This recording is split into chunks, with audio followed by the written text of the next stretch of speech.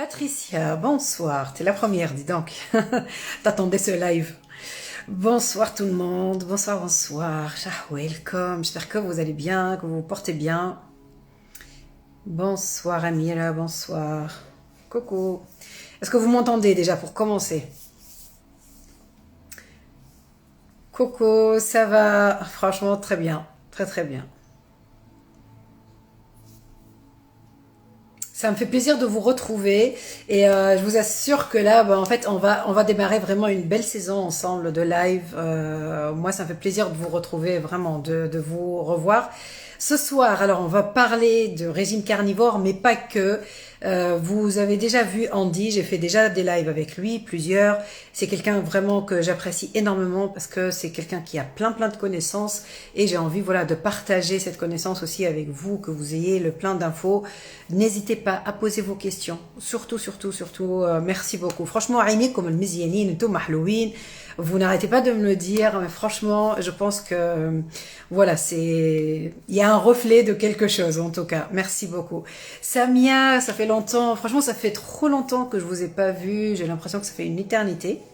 Donc, Berkouli, j'ai reçu un message comme quoi je dois récupérer mon portable. Je l'ai toujours pas récupéré, mais en tout cas, c'est sûr que je vais pouvoir enfin reprendre un peu les lives sans problème. Et j'ai une belle, un beau programme en tout cas. Coucou, شحوالكم قولوا لي avant de donc oui, vous m'entendez bien, c'est parce que j'ai pris le téléphone de mon mari. Voilà. Coucou Camille, comment ça va? J'espère que tu vas bien. Oui, bravo pour la Tunisie. Franchement, je suis fière, même s'ils sont pas qualifiés. Je suis trop contente. Leïla, Leïla Mahlek, Ben Tantaouine. Je suis très contente pour la Tunisie parce que donc en fait voilà, ils ont fait un très beau match, même si voilà, à la fin Didier Deschamps il a mis je veux dire une belle armée à la fin, mais franchement ils ont gagné. Au moins ils rentrent tête haute et quand même depuis 2010 la France n'a pas perdu un match en Coupe de Monde, donc bah c'est cool et quand même ils ont battu les anciens champions du monde, donc c'est cool. Voilà, je vais pas parler que de foot, mais j'attends Andy, donc je sais pas s'il est là. Il est pas là encore, mais si vous voulez commencer à poser des questions le temps qu'il arrive, n'hésitez pas. Donc je lui ai envoyé quand même un message pour savoir s'il a un problème. Juste, tac. Je suis connectée. Alors aujourd'hui, je vous ai montré le kéfir et vous êtes très nombreuses à me demander, oui, on veut savoir comment tu le fais. Ah, Andy, il faudra m'envoyer la demande du coup, s'il te plaît. Alors, sinon, comment je peux faire? Voilà, je vais lancer moi le direct.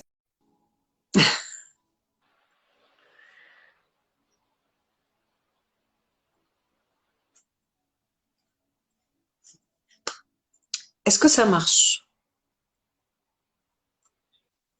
Voilà.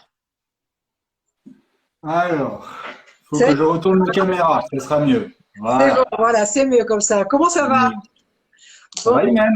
Attends, je suis trop bas. ça fait très longtemps, on me dit. Je t'entends parfaitement, je me mets plus haut, là, comme ça sera mieux pour tout le monde.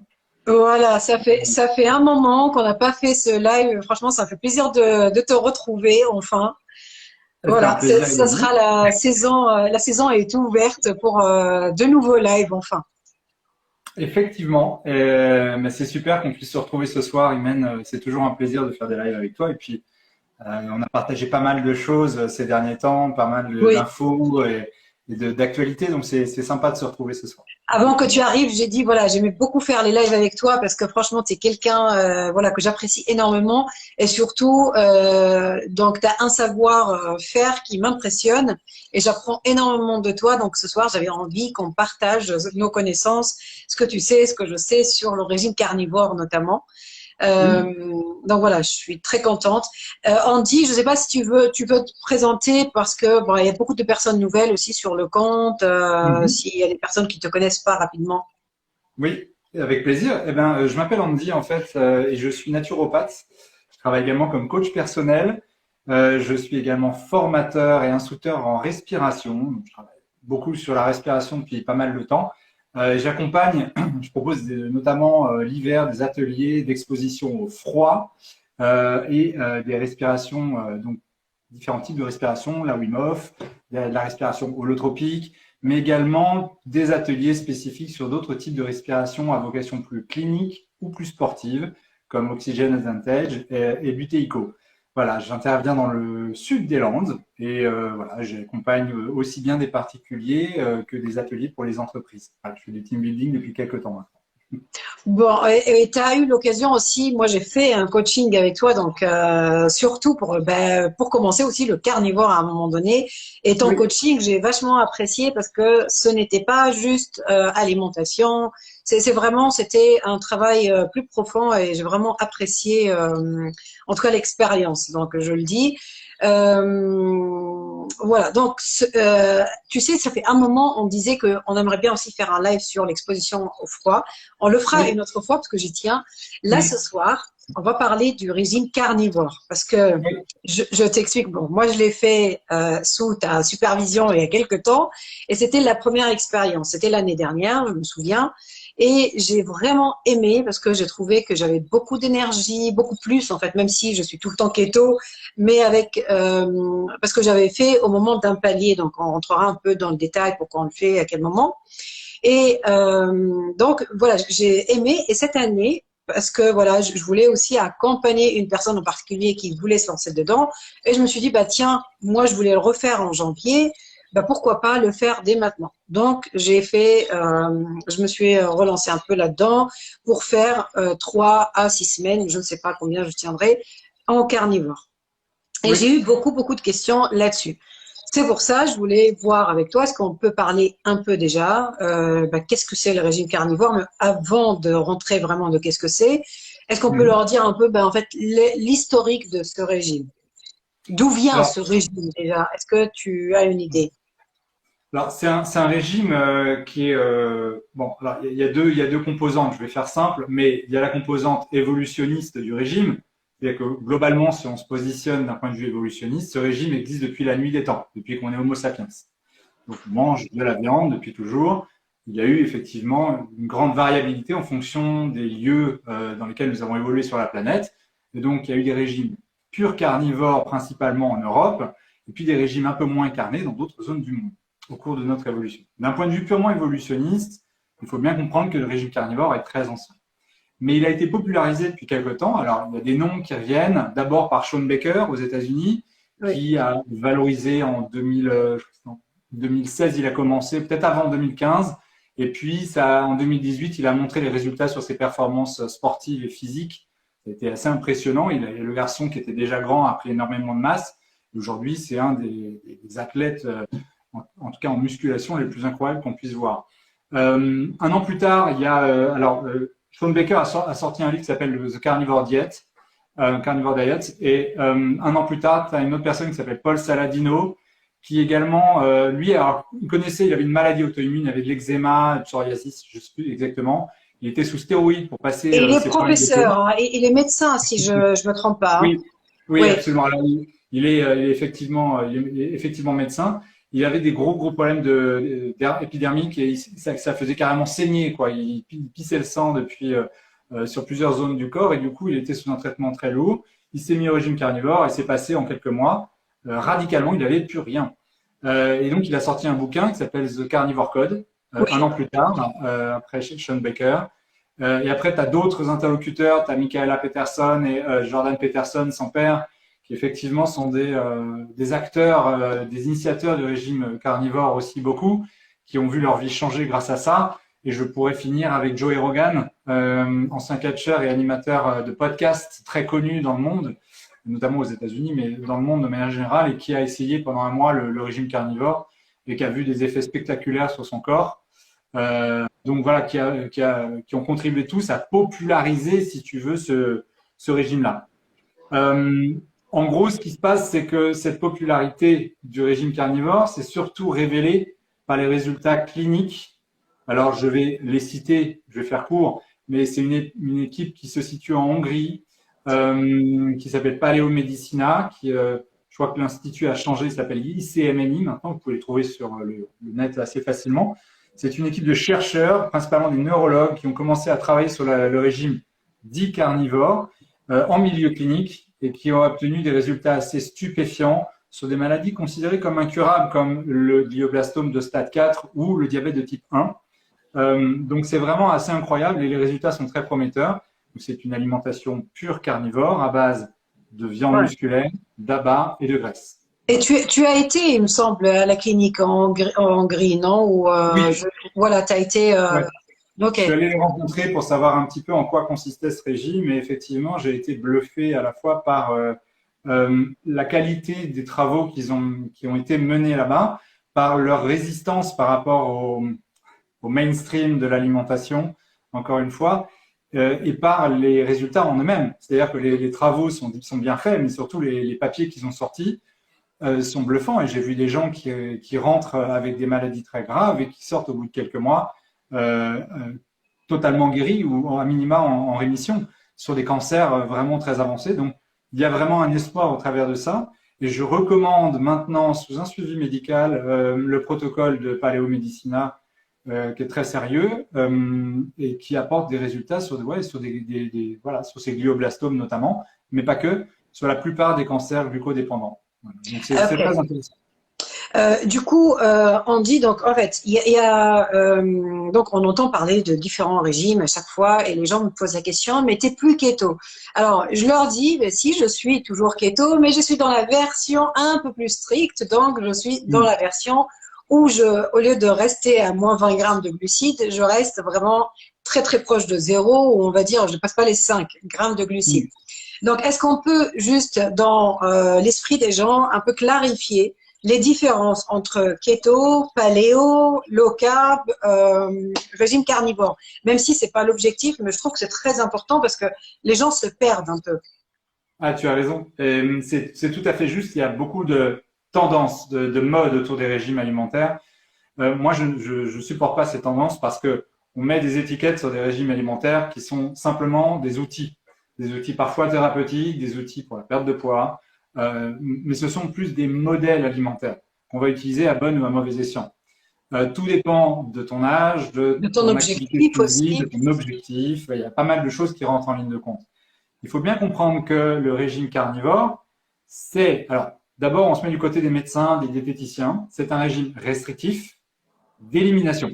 En fait, on restreint le régime en enlevant des aliments d'un modèle alimentaire standard. Voilà. Oui, alors juste pour rappeler, hein, on va mettre notre disclaimer ici. Nous, on n'est pas médecin, on ne fait pas partie des professionnels de santé.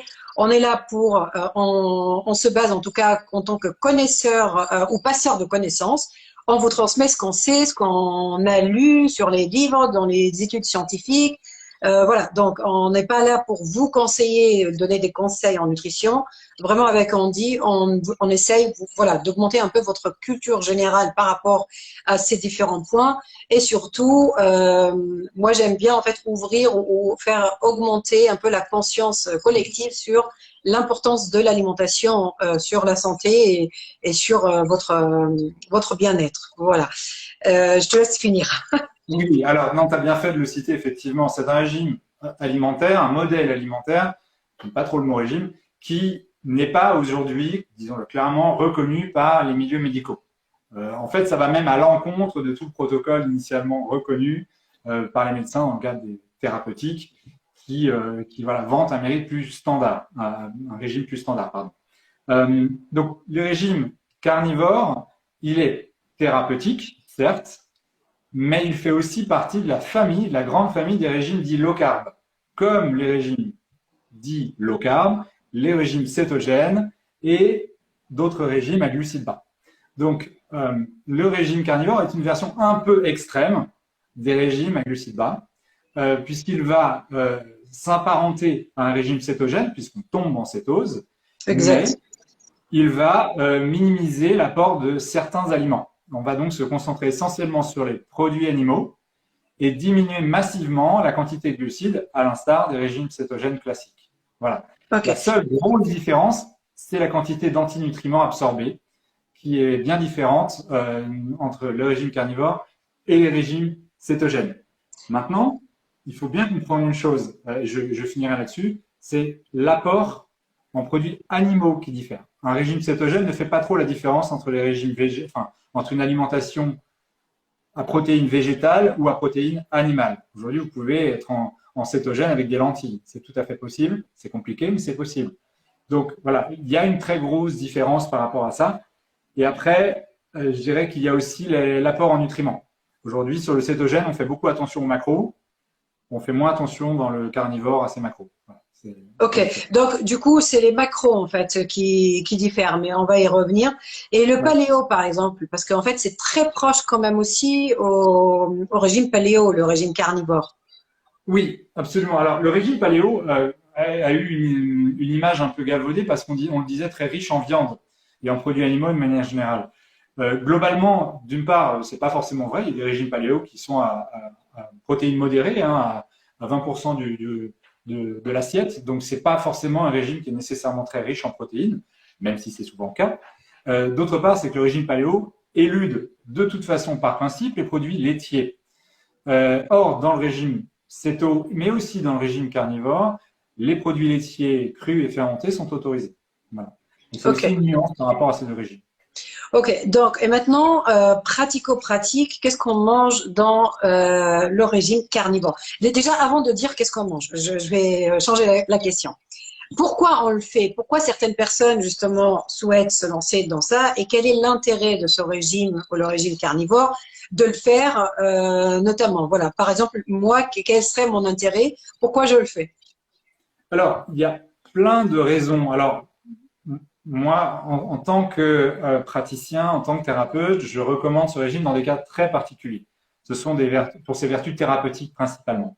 Grosso modo, il faut bien comprendre que quand je le recommande, c'est pour une durée assez courte, mais on va en reparler. C'est avant tout pour des maladies auto-immunes, des gastropathies, des colopathies, des maladies qui font effectivement souffrir le système digestif. Et on a une approche qui est assez pragmatique où on va essayer de déterminer quel est l'aliment qui génère l'inflammation intestinale ou qui génère le problème gastrique. Parfois, c'est Excuse-moi, mal. excuse-moi, Oui, on dit ça juste, je coupe. En fait, quand tu dis, on va définir, du coup, c'est quand tu te réalimentes, parce que une fois que tu as supprimé tout le reste, effectivement, tu vas enlever des inflammations. Mais quand tu te réalimentes, est-ce que tu introduis petit à petit certains aliments et pas d'autres? Ou exactement. pour C'est tout pouvoir les à fait ça. détecter, c'est ça, hein? C'est tout à fait ça. On fait des tests sur une semaine.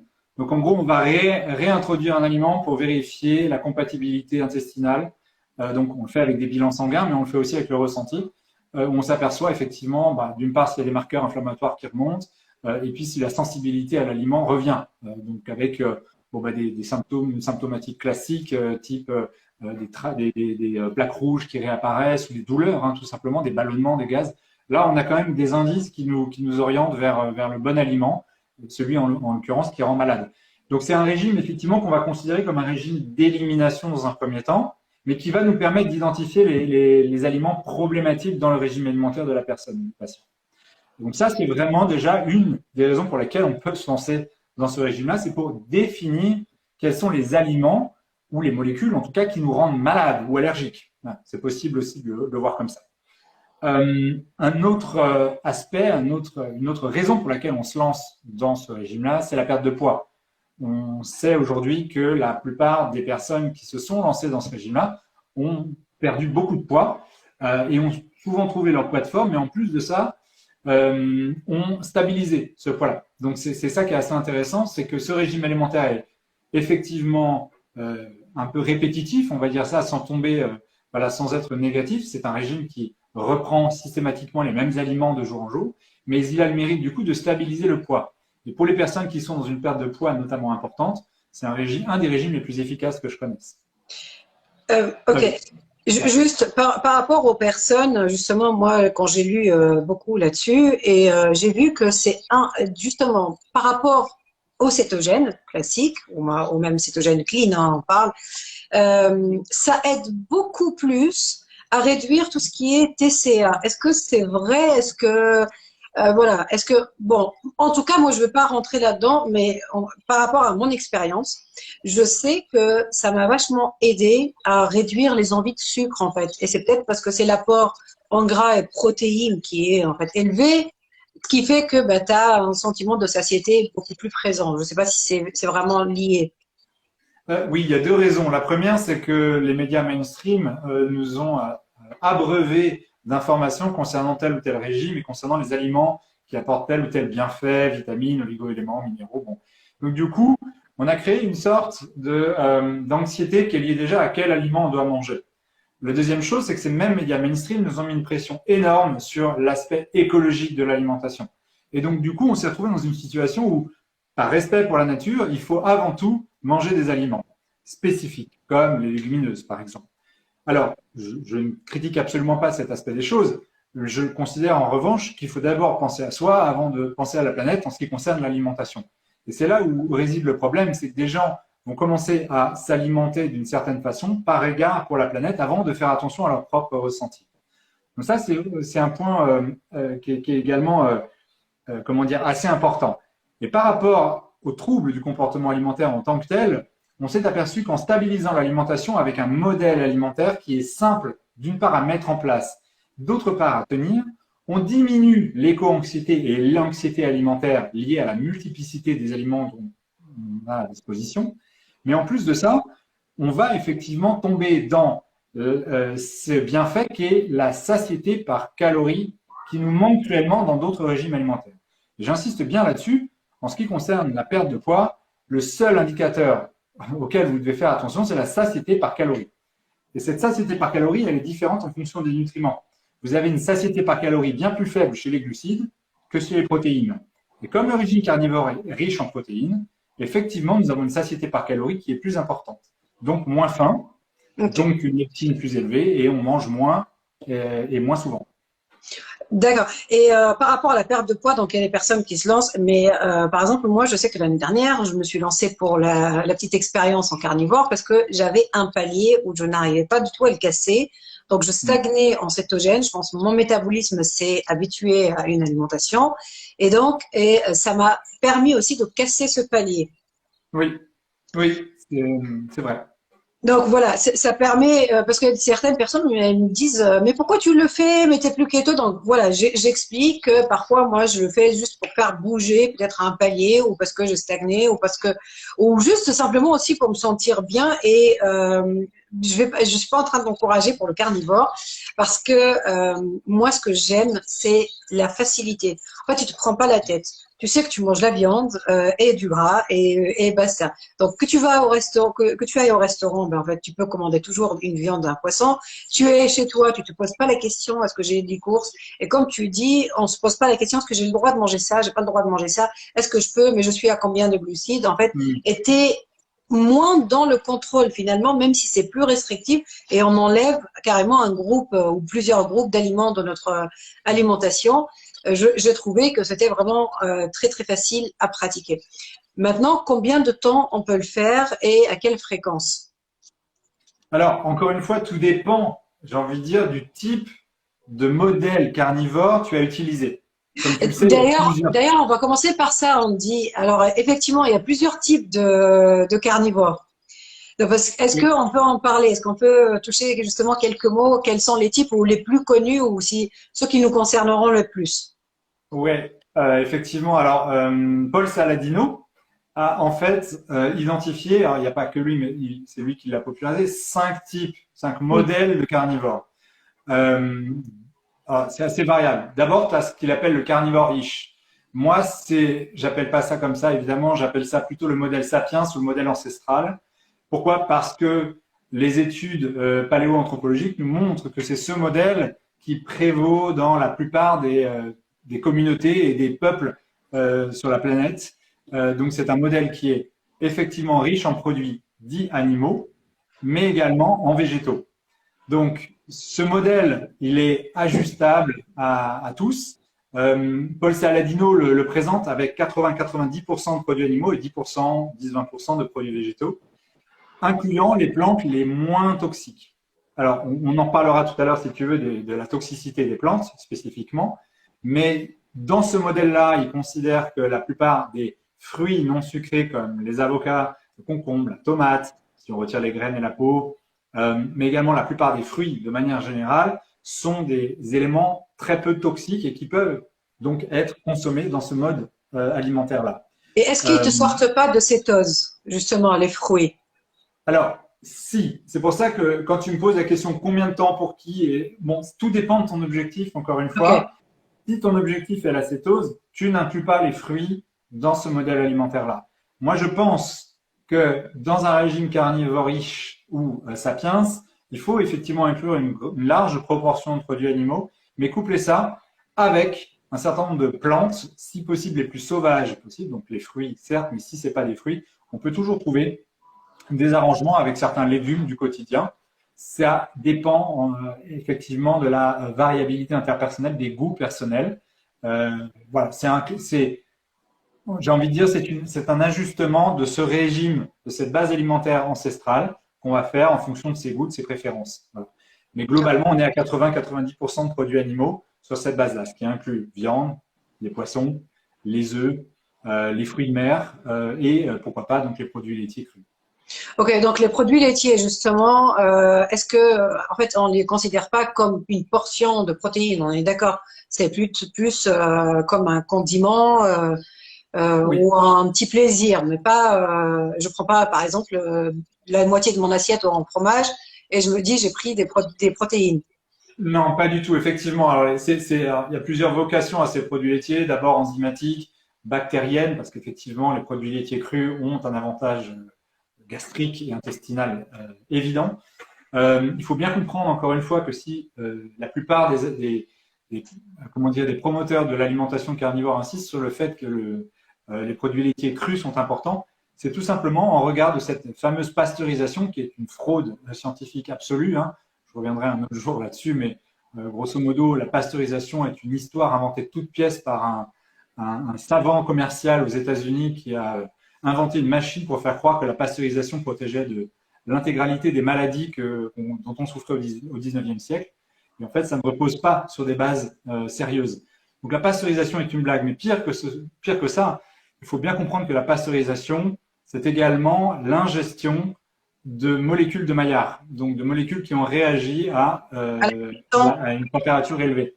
Hum. Donc, avec tout ce qu'on sait sur comment dire, les ROS, le stress oxydatif que ça peut générer quand on ingère ce genre de molécules. Donc, la C'est pour ça pasteurisation n'est pas bonne. parce qu'il y a des personnes qui nous suivent, peut-être qu'elles sont pas trop familières avec les notions. Donc en fait, c'est vraiment la réaction de Maillard, c'est la croûte qu'on donne ou la couleur qu'on donne à la viande ou même à un pain ou quand on cuit dans un four, par exemple, au-dessus de 160 généralement. Et sinon, voilà, c'est pour ça, pour éviter cette réaction, le mieux c'est d'essayer la cuisson à vapeur, la cuisson douce ou wok ou voilà, l'étouffer. Alors, j'ai des doutes sur le fait qu'en soi, les molécules de Maillard soient néfastes, parce que je crois que si c'était le cas, la plupart des viandes grillées qu'on aurait consommées depuis que nous sommes Homo sapiens nous auraient généré des cancers. Mais je pense que c'est plus le fait de faire griller un sucre, comme le lactose en l'occurrence, dans la pasteurisation. Et c'est le fait de générer l'association entre un glucide et une protéine glyquée qui occasionne une réaction de Maillard délétère pour l'organisme. C'est pour ça que je dis que la pasteurisation, c'est avant tout la combustion, entre guillemets, d'un glucide qui est le lactose, qui Avec les génère protéines. une réaction délétère. Glucide que l'on ne trouve pas dans la viande. C'est ce qui justifierait, enfin, ce qui expliquerait pourquoi la réaction de Maillard n'est pas délétère dans le cas de la cuisson de la viande ou des œufs, par exemple. Voilà. D'accord, ok. Ça, je savais pas. J'apprends quelque chose justement. Ok, donc on avait parlé des ressources. Qu'est-ce qu'on peut manger? Donc on avait dit des œufs, de la viande, Oui. des fruits de mer, du poisson. Oui. Bien évidemment cuit dans du gras, de la matière grasse. Est-ce que voilà, quelles sont les quantités autorisées? Oui, quelles sont les On quantités on autorisées? n'a pas Et fini, ouais, on n'a pas fini sur les différents modèles dont c'est on a parlé ça. tout à Voilà, c'est l'heure. pour ça que je me suis dit il y a un truc là. Je sautais d'un truc à un autre. Oui, vas-y, je Non, t'en bah prie. alors, je finis juste là-dessus parce que ça va nous permettre de faire la transition avec Oui. ta question suivante. C'est qu'effectivement, ce premier modèle carnivore riche est le plus applicable à tous. Après, tu as un modèle carnivore pur qui consiste à manger que de la viande musculaire, je sais pas trop, et de l'eau avec un peu de sel. C'est la version la plus radicale du régime carnivore. et je crois la moins soutenable. Elle a vraiment une vocation thérapeutique parce que c'est le régime d'élimination par excellence, de l'eau et du muscle. Voilà. Donc ça, effectivement, c'est quelque chose qui est, euh, comment dire, pour les puristes, c'est vraiment le modèle qui est défendu en premier parce que c'est celui qui est le plus simple à appliquer, mais c'est aussi celui qui, selon moi, encore une fois, entraîne à terme des carences. De l'eau et de la viande musculeuse, ça n'est pas suffisant pour obtenir euh, comment dire, la gamme, la quantité de nutriments dont nous avons besoin pour fonctionner correctement. C'est pour ça que la plupart du temps, au bout d'un certain temps, je demande aux patients qui suivent ce modèle-là d'ajouter des œufs ou des produits de la mer pour voilà, récupérer un certain nombre de nutriments comme le zinc ou la choline, pour ne citer que. Effectivement, parce qu'on peut pas. En plus, c'est très contraignant, je pense. C'est répétitif de manger toujours la même chose. Même Oui. psychologiquement, c'est pas soutenable et c'est pas voilà, c'est pas le top en tout cas par rapport. Et encore une fois, il y a des personnes qui le font dans un but thérapeutique. Ok, donc on a parlé de donc des deux principaux, on va dire. Juste pour Oui. le carnivore riche, quels sont les types de légumes, par exemple, pas légumes, en fait les fruits, considérés comme fruits, qu'on peut intégrer si on veut faire carnivore riche, pardon, sans sortir de cétose. J'insiste là-dessus. Alors, c'est un petit peu pareil que ce qu'on va retrouver en fait en keto. Pardon. L'idée, c'est, encore une fois, c'est à toi de savoir où tu mets le curseur. La plupart des légumes dits toxiques le sont pour une bonne raison. Alors, il faut pas analyser ça d'un point de vue nutrition. C'est-à-dire que dans la nutrition, on va dire que les plantes, les légumes nous apportent de l'eau, des fibres, des vitamines, des minéraux. Il faut se mettre du point de vue de la plante.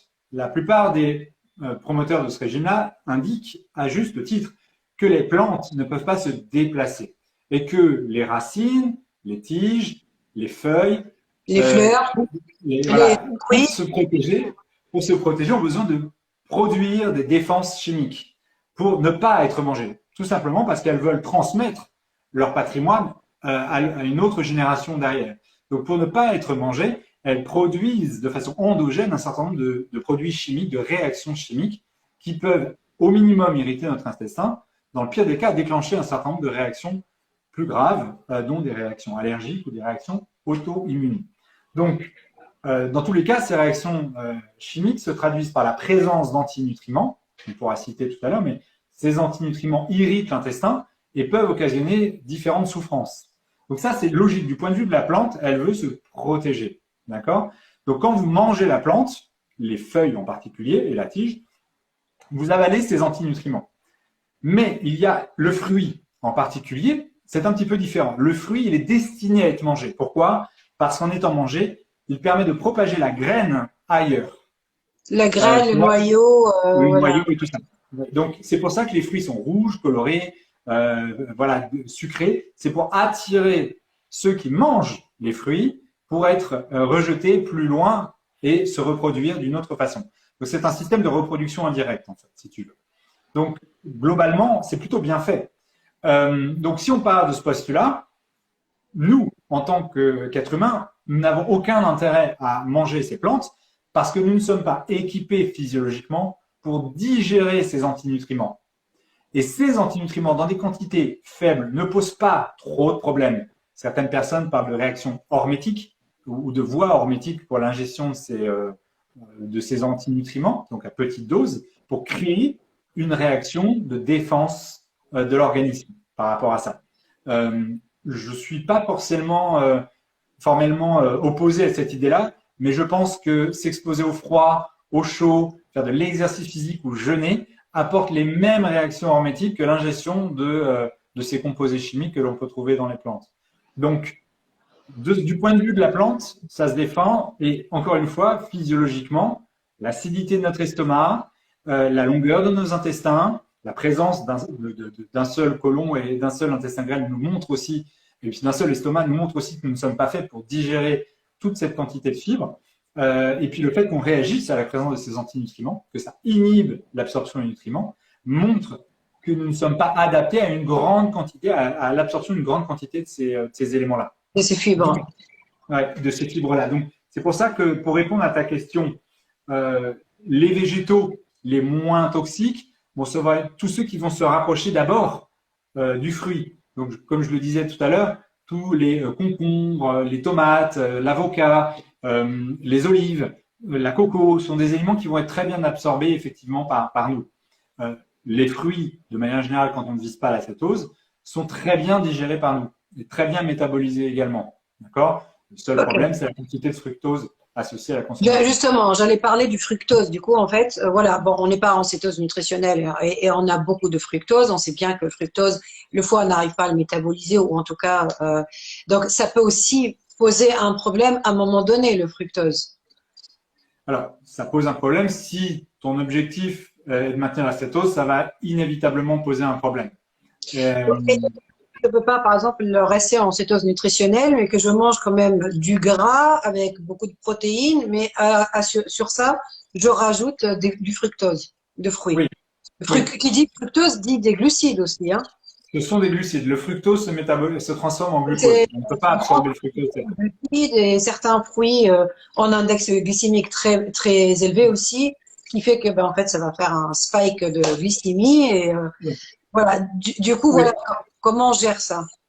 Alors, il faut comprendre que tu as deux éléments dans le régime carnivore. Un, tu as la quantité de protéines ingérées qui peut générer une néoglucogénèse, dont on a On va déjà en parlé. parler parce que On va c'est… en parler. L'autre point, c'est que la quantité de fructose peut effectivement bloquer la cétose. Bon, euh, après, je crois qu'associer une très grande quantité de graisse, principalement animale, à du fructose, notre foie, il n'est pas vraiment câblé pour ça. Non. Et je crois que sur le long terme, à minima, ce sera un foie gras que nous aurons. Et dans le pire des cas, des problèmes beaucoup plus spécifiques au foie, avec une production enzymatique dérégulée et anachronique. Donc, on est d'accord. C'est pour ça, en fait, quand tu m'avais posé la question, quel était mon objectif, est-ce que je le faisais avec fruits ou sans fruits? Moi, tout de suite, je te dis, je veux pas de fruits parce que mon objectif, c'est quand même de rester dans les low carb, dans la catégorie low carb et vraiment très, très réduit en glucides. Donc, à Ouais. partir de ce moment-là, pas de fruits, mais par contre, on peut utiliser quelques-uns puisque c'est autorisé et ça agrémente un peu. Moi, je sais, j'aime bien utiliser genre les champignons. Bon, mais c'est pas des légumes, on va en parler. Les avocats, mettre un peu d'olive parfois. Donc vraiment très très peu, mais j'aime bien agrémenter de temps en temps avec ça. Alors, je préciserai, voilà, c'est très intéressant parce que il faut bien comprendre encore une fois qu'il faut remettre notre alimentation dans un contexte naturel. Il faut toujours se dire que ce n'est pas l'idée n'est pas de manger des quantités astronomiques de viande et de graisse tout au long de l'année, mais ce n'est pas non plus, quand on dit manger des fruits, de manger des fruits sucrés en Donc, particulier toute l'année. le chat adore manger les fleurs chaque fois. Dis-toi. À chaque fois, il trouve l'occasion, il va les manger. Ouais, pardon. Non, je t'en prie. Et donc, du coup, l'idée, c'est de se dire que même si on se lance dans un régime carnivore, il n'y a pas de contre-indication à aller en été ou au printemps manger un peu de fruits, voilà, pendant la saison estivale, parce que c'est logique, parce qu'on trouve des fruits et diminuer du coup un peu la quantité de graisse et de viande à ce moment-là. C'est tout à fait logique de faire évoluer son alimentation de façon saisonnière et de façon locale. Il faut bien aussi comprendre que nous n'avons pas adopté le même modèle carnivore, que l'on soit d'origine génétique européenne, d'origine génétique asiatique ou africaine. Tout est une question de génétique également. Notre alimentation doit évoluer avec cet aspect-là. Et en ce qui me concerne, je considère qu'il est logique de manger plus de viande et surtout plus de graisse en automne et principalement au milieu de l'hiver, et beaucoup moins au printemps et en été, et de consommer des fruits rouges, des baies, des groseilles, des mûres en été. C'est tout à fait logique et ça se marie bien, effectivement, avec l'alimentation carnivore dans ce cas-là. Ok. Et quelle est la quantité? Bon, on a parlé, du coup, tu as répondu à la question sur quand le faire. Donc, c'est mieux de le faire l'hiver parce que, ben, en fait, anciennement, on trouvait pas trop de fruits l'hiver, donc on mangeait principalement de la viande et des protéines. Donc, on le Oui. fait l'hiver, c'est mieux, mais pour combien de temps et combien de fois on peut le faire? Oui, alors, encore une fois, tout dépend de tes objectifs. C'est-à-dire qu'on s'est aperçu. Je prends un exemple très concret. Tu as une étude qui date de 2010, je crois, qui a évalué la pertinence d'un régime qui effectivement évolue en fonction de la saison. On s'est aperçu que les femmes tombaient plus facilement enceintes en automne quand elles avaient eu un régime qui était plus élevé en glucides pendant l'été et qui est plus riche en graisse au début de l'automne, en protéines et en graisse. Parce qu'en fait, nous sommes physiologiquement faits pour avoir cette alimentation-là à ce moment-là de l'année. En gros, pour préparer l'arrivée de bébé, avoir des glucides stockés grâce à l'insuline, ces glucides sous forme de graisse, c'est des réserves d'énergie pour plus tard pour le bébé et pour la maman. Mais le fait d'avoir les protéines et d'avoir en particulier des graisses, des abats et de la viande permet d'apporter tous les nutriments dans les 3 premiers mois de la gestation au bébé qui doit grandir grâce à ces nutriments, qui doit être équipé pour grandir correctement. Et on s'est aperçu que les femmes qui avaient donc consommé ce modèle alimentaire et qui attendaient un bébé ou essayaient d'avoir un bébé en automne avaient des chances de tomber enceinte, Plus de chance. je ne vais pas dire, mais beaucoup plus élevées que celles qui attendaient un bébé au printemps, qui n'avaient pas mangé un modèle alimentaire comme ça, qui n'avaient pas suivi un régime carné en hiver, toujours très végétal, et qui donc diminuaient leurs chances d'avoir effectivement un bébé. Donc, on avait déjà, tu as un lien entre notre physiologie à certains moments de l'année, donc les rythmes circadiens également, et l'alimentation que nous allons consommer pendant ces moments-là. Donc, tout dépend de ton alimentation, de ton objectif. L'autre chose, c'est que si tu vises la guérison pour une gastropathie ou une colopathie, je dirais, lance-toi pour 30 jours avec un régime carnivore pur, viande, eau, sel. D'accord? Alors, si tu manges évidemment une alimentation très riche en glucides, standard, avec des céréales, avec du pain et tout ça, et tu switches à un régime pur, ce qui va se passer, c'est que ton corps, tu vas tomber en kéto flou, ni plus ni moins. Donc, tu vas être malade pendant quelques temps. Et puis ensuite, ça va passer et tu vas te retrouver dans cet état de cétose que tu recherches. Et probablement, ça va solutionner tes problèmes de santé dans les 30 jours qui te sont impartis. Sauf qu'au bout de 30 jours, tu vas tomber en déficit nutritionnel. Il va falloir soit réalimenter avec d'autres éléments, d'autres modèles, enfin un autre modèle alimentaire, soit ajouter, en l'occurrence, des abats. Okay, mais ça, on est d'accord, il faut pas le faire, il faut pas se lancer à le faire comme ça. Il faut un suivi médical, vérifier que voilà, vous êtes, voilà, vous n'êtes pas, vous faites pas d'anémie, vous faites pas de manque de nutriments, de vitamines, vous n'avez pas de carence. Donc voilà, parce que c'est vrai que s'il y a on n'est pas en train de vous conseiller si vous avez une maladie, lancez-vous 30 jours. Donc c'est juste, on vous dit ce qui existe, c'est tout. Ok, et sinon, donc 30 jours. Moi, je pense le faire entre 3 semaines et 4 semaines maximum parce que déjà, même socialement, c'est pas évident, en fait, je trouve, de le tenir non plus sur beaucoup. Même s'il y a des exemples, comme Paul, justement, qui fait, lui, tout le temps. Il y a beaucoup de personnes, même sur Instagram, qui font du carnivore depuis des années, et c'est un mode de vie. Moi, je sais pas si on peut dire que on peut l'adopter en tant que mode de vie longtemps. Je peux te parler en ce qui me concerne, puisque ça fait maintenant presque 15 ans que j'ai un modèle alimentaire qui est plutôt proche du carnivore riche, où je consomme des produits animaux de tout horizon, vraiment très diversifiés, avec des abats, avec de la moelle, avec tout ça, mais également des fruits et des légumes. Et ce modèle, alors des fruits, je les consomme effectivement en été, comme je l'ai indiqué, mais ça fait des années que je maintiens ce modèle-là, et je pense ne pas m'en porter plus mal, au contraire. Ce qui veut dire que l'applicabilité de ce modèle alimentaire est très bonne à condition de couvrir tout le périmètre des nutriments dont tu as besoin. Et c'est là où le curseur se joue. C'est les protéines, j'ai envie de dire, c'est pas ça le nœud du problème. Ce qui repose vraiment sur la fiabilité et l'efficacité d'un régime alimentaire carnivore, c'est l'apport en nutriments. Et viande plus eau, ça n'est pas suffisant. Viande plus produits de la mer, plus œufs, plus éventuellement produits laitiers crus, plus des légumes ou des fruits, c'est beaucoup plus raisonnable. Je ne demande pas à tout le monde de consommer des abats. À savoir que, en fait, dans la viande, dans tout ce qui est protéines, on trouve des acides aminés essentiels. Dans tout ce qui est gras, on trouve les acides gras essentiels. Après, dans les légumes, les végétaux, bon, et les glucides notamment. Je ne sais pas s'il y a quelque chose d'essentiel dans le corps. Je sais qu'il y a des fibres, effectivement. Donc il y a bien évidemment des nutriments. Il y a beaucoup de vitamines qui viennent aussi des végétaux. Mais bon. Oui, mais mon chat adore les fleurs et j'ai le dos tourné, alors je peux pas aller m'occuper de lui. Voilà, c'est compliqué. Bon, si. Après, il y a beaucoup de bienfaits de manière générale dans l'application du régime alimentaire carnivore. Déjà, on en parlait tout à l'heure, c'est l'augmentation de la sensibilité à l'insuline et la baisse de la glycémie en général. Donc ça, c'est super important. À l'instar des régimes keto, on s'aperçoit qu'un régime carnivore bien appliqué, c'est le rétablissement d'une très bonne sensibilité à l'insuline.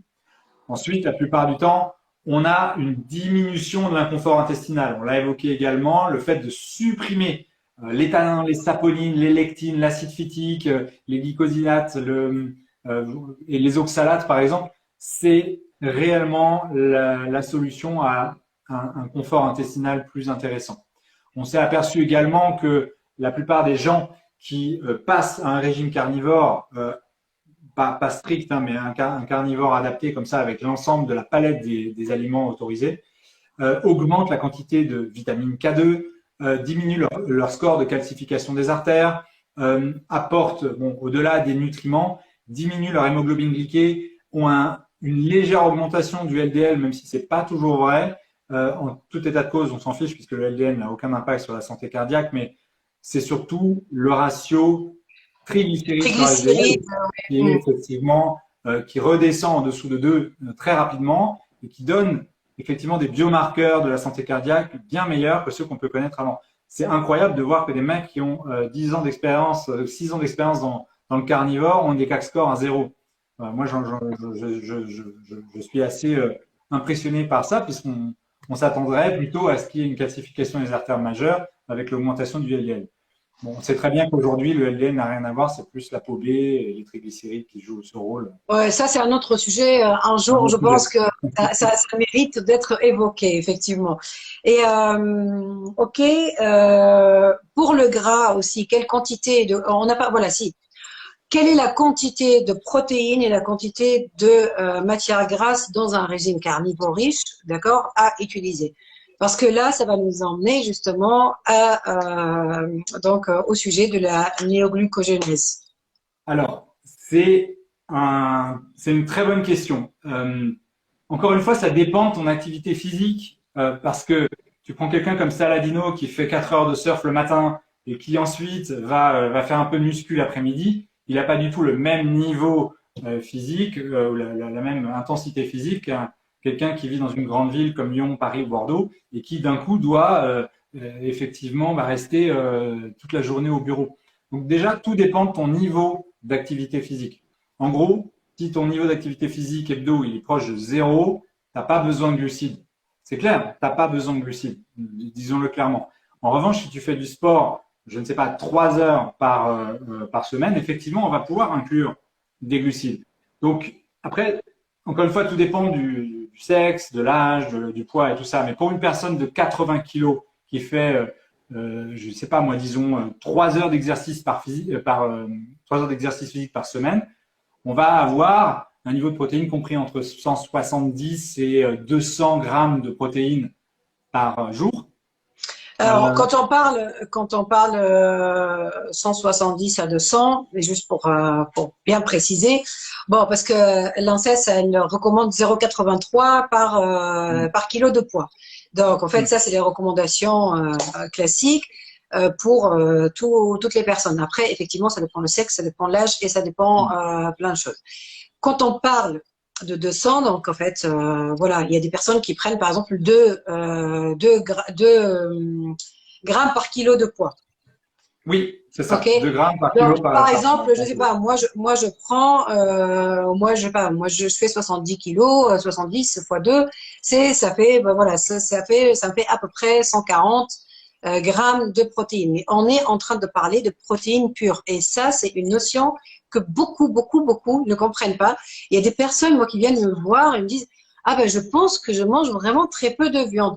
Ben là, on parle du cru ou du cuit. En fait, c'est la même chose. Hein. Donc par rapport Oui, à la viande. Donc oui. et en fait c'est vrai que ben, les gens croient que tu as le droit à 160, 140 grammes de viande de protéines, c'est que tu as le droit d'un morceau à 140 grammes de steak haché ou 140 grammes maximum. Et ça, vraiment, il faut faire attention parce que parfois, moi, je les vois et je me dis, mais c'est pas assez, en fait, ce que tu manges. Je me dis, mais si, je mange 110 grammes. Ben oui, 110 grammes, je pense 110 grammes, c'est 110 grammes de protéines pures. À savoir, dans 100 grammes de viande, moyennement, on a 20 grammes de protéines. Donc, en Oui, fait, pour arriver, il faut manger combien de grammes de viande? Donc voilà, oui. ça, c'est très important à comprendre. C'est une notion effectivement très importante. La recommandation officielle est, selon beaucoup d'experts, bien insuffisante. Il faut comprendre qu'à partir de 40 ans, on commence à perdre notre masse musculaire et qu'aux alentours de 60 ans, la sarcopénie nous frappe de plein fouet, hein, qu'on soit homme ou femme, hein, l'ostéoporose, sarcopénie, donc fonte musculaire importante. Et le vrai problème de l'âge, c'est pas la quantité de protéines à proprement parler, c'est le fait qu'on perde nos muscles et notre mobilité. Donc, la plupart du temps, à partir de 50 ans, 45-50 ans, je Pour demande augmenter. à augmenter la quantité de protéines parce que ce sont les protéines qui fabriquent les muscles et qui permettent de garder des os en bonne santé. Donc, très clairement, aujourd'hui, on est bien en deçà des niveaux recommandables de protéines. Le minimum syndical, c'est 1,2 g par kilo par jour. C'est vraiment le minimum. L'idéal se situe aux alentours de 1,5 à 1,6 g par kilo par jour pour avoir un apport en protéines suffisant pour maintenir le métabolisme en état de fonctionner et maintenir les muscles en état de tenir votre squelette. Donc ça, c'est vraiment un élément fondamental. Vous ne mangerez pas trop de protéines, ne vous inquiétez pas pour ça. Il y a quelques exceptions, on en a déjà parlé dans d'autres lives, mais il faut manger plus de protéines pour la satiété et de manière générale pour la fonction métabolique, la santé métabolique. Et pour le gras, donc pour la cuisson et tout ça, est-ce que c'est quelque chose qu'il faudra regarder parce qu'en keto, ben, on fait attention aux macros souvent. Donc, est-ce que Mmh. pour le carnivore, en fait, on cuit et on fait pas attention ou comment ça se passe? Non, moi, enfin, je recommande de ne pas faire trop attention puisque déjà les quantités de graisse sont assez importantes. Paléomédicina, dont je parlais au début de ce live, recommande un ratio de graisse sur protéines de 2 pour 1. Beaucoup de graisse en l'occurrence pour maintenir le régime et son efficacité. Rester en cétose et améliorer la fonction métabolique. Mais de manière générale, comprendre que si un homme de 80 kg mange 170 grammes de protéines jour, il lui faudra 140 grammes de graisse pour voilà, être à minima à l'équilibre sur le régime carnivore, apporter la satiété nécessaire et garantir de tenir jusqu'au prochain repas et de fonctionner en cétose. Tout dépend après de l'apport en glucides. Si tu fais 3 heures de sport par semaine, 3 à 4 heures, effectivement, la cétose, si ce n'est pas ta priorité, 100 grammes à 150 grammes de glucides par jour te permettront, selon Paul Saladino par exemple, alors on parle de miel et de fruits hein, principalement. Du miel, il utilise beaucoup la banane, le Ouais, miel, voilà, voilà, c'est ça. oui. Le miel, le sirop d'érable et les fruits, c'est les trois types de sucre, de glucides qu'il utilise. Et il dit qu'effectivement, lui, alors, il consomme presque 300 à 350 grammes de glucides jour. Donc lui, l'acétose, c'est vraiment le cadet de ses soucis. Mais effectivement, ça lui permet de tenir son activité physique. Et j'ai de plus en plus de biohackers et de spécialistes de la santé qui effectivement s'aperçoivent que pour eux, mais aussi pour leurs patients, quand il y a un exercice physique proche ou juste là passer, apporter de bonnes glucides peuvent voilà, changer un peu la récupération, l'apport comment dire, en prise de masse, ce genre de choses. Donc, voilà, Ok. gardez en tête que c'est quand même quelque chose qui est envisageable. Tout dépend de ton activité physique, de ton âge et surtout, il faut bien garder en tête que si l'apport en protéines est suffisant, tu n'as vraiment pas besoin de glucides parce que la néoglucogénèse va apporter ses fruits et va te permettre de fonctionner sans glucides, encore une fois. Et justement, alors en parlant, parce que ça c'est une préoccupation de tout le monde. Ok, mais si je mange beaucoup de glucides, donc on vient de répondre à la première question, c'est à partir de quand, de combien on peut dire beaucoup. Ça veut dire si on dépasse, par exemple, là aujourd'hui on a parlé selon l'activité physique de la personne, Donc, si on dépasse entre 150 et 200 grammes peut-être de protéines, est-ce qu'il y a cet effet de néoglucogénèse forcément? Et donc, le corps, il sort de cétose nutritionnelle pour fonctionner avec du glucose. Ouais, alors déjà, je pense qu'au-delà de 2 grammes par kilo par jour de protéines, on dépasse ce qui est raisonnable d'une part, mais surtout l'utilité des protéines. C'est-à-dire, on n'a pas d'intérêt à consommer plus de 2 grammes lors Après, tous les… des athlètes. Voilà, il y a des bodybuilders, voilà, il y a pas mal de cas particuliers qui nécessitent ces 2 grammes, mais au-delà, pour la majorité des gens, et même sportifs, de 2 grammes par kilo par jour, ça n'a pas d'intérêt. Ce qu'il faut comprendre, c'est que la néoglucogénèse se met en place automatiquement en fonction d'un certain niveau de protéines. Donc, à partir de 1,6, 1,7 grammes par kilo par jour, on sait que sans apport de glucides, la néoglucogénèse va se mettre en place. Alors, c'est encore une fois très spécifique. Est-ce que c'est problématique ou pas en fonction de tes objectifs? Est-ce que tu cherches une cétose exogène, donc apportée par les graisses alimentaires, ou est-ce que tu cherches une cétose endogène, produite par tes propres graisses? Oui. Voilà. Tu vois? Donc, il faut comprendre que quand tu consommes beaucoup de glucides, les protéines que tu vas consommer, elles vont fournir ce qu'on appelle j'ai oublié le nom, de l'oxaloacétate. Je sais plus, je ne veux pas dire de bêtises. C'est de l'oxacétate. Voilà. Je vais retrouver mon mot. Ça me perturbe. Mais ce qui se passe, c'est que ce composé permet d'utiliser le cycle de Krebs en lieu et place de la cétose pour fournir de l'énergie. Or, utiliser le cycle de Krebs pour produire de l'énergie, c'est beaucoup moins, j'ai envie de dire, rentable sur le long terme que d'utiliser la cétose. Donc, globalement, quand ce mécanisme-là se met en place avec un apport important de protéines, tu diminues ton niveau de cétose. Et c'est exactement ce qui se passe quand tu manges beaucoup de protéines. Tu t'aperçois, chez beaucoup de personnes, que ton niveau de corps cétonique diminue un petit peu. Oui. Donc, j'ai envie de te dire, est-ce que tu veux que ta cétose soit externe, d'accord, ou est-ce que tu veux qu'elle soit interne? Si elle est externe, si tu veux qu'elle soit externe, l'objectif de perte de poids, quand même, qu'elle soit interne pour qu'il y ait justement la consommation de gras corporel et la diminution du gras corporel. Absolument. Dans le cas d'une perte de poids, la cétose interne est plus importante et donc du coup, il faut faire attention à la quantité de protéines ingérées pour éviter de diminuer la cétose, de diminuer la production de corps cétonique. D'accord? Donc, effectivement, cette néoglucogénèse, c'est la production, c'est la mobilisation du glycogène hépatique, d'accord? En l'absence de glucose. Donc, pour simplifier au maximum. Et ce glycogène hépatique va permettre de fournir une énergie immédiatement disponible pour l'organisme. D'accord? De toute façon, il y a toujours de la néoglucogénèse parce qu'il y a des cellules, je veux dire, il y a des cellules dans le corps qui sont glucodépendants en fait. Ils peuvent fonctionner qu'avec du glucose, comme le cerveau, comme tout ce qui est globules. Donc il y a toujours cette fabrication de glucose par le foie pour alimenter certaines cellules. Oui, absolument. Donc, j'ai déjà parlé sur mon site de ce facteur-là, qui peut être problématique pour les gens qui font du céto, parce qu'on s'est aperçu que beaucoup de gens qui font du keto ont des glycémies à jeun élevées. Ils ont du sucre sanguin qui est produit naturellement le matin à jeun, et ils sont supérieurs à 100 mg par décilitre. Donc, du coup, ils obtiennent effectivement des glycémies à jeun élevées. Ils ne comprennent pas pourquoi, alors qu'ils font du céto. C'est tout simplement parce qu'il y a un mécanisme d'insulinorésistance physiologique, donc qui n'a rien à voir avec une insulinorésistance pathologique, qui se met en place pour garder le glucose dans le sang pour pouvoir l'utiliser pour le cerveau, comme tu le disais.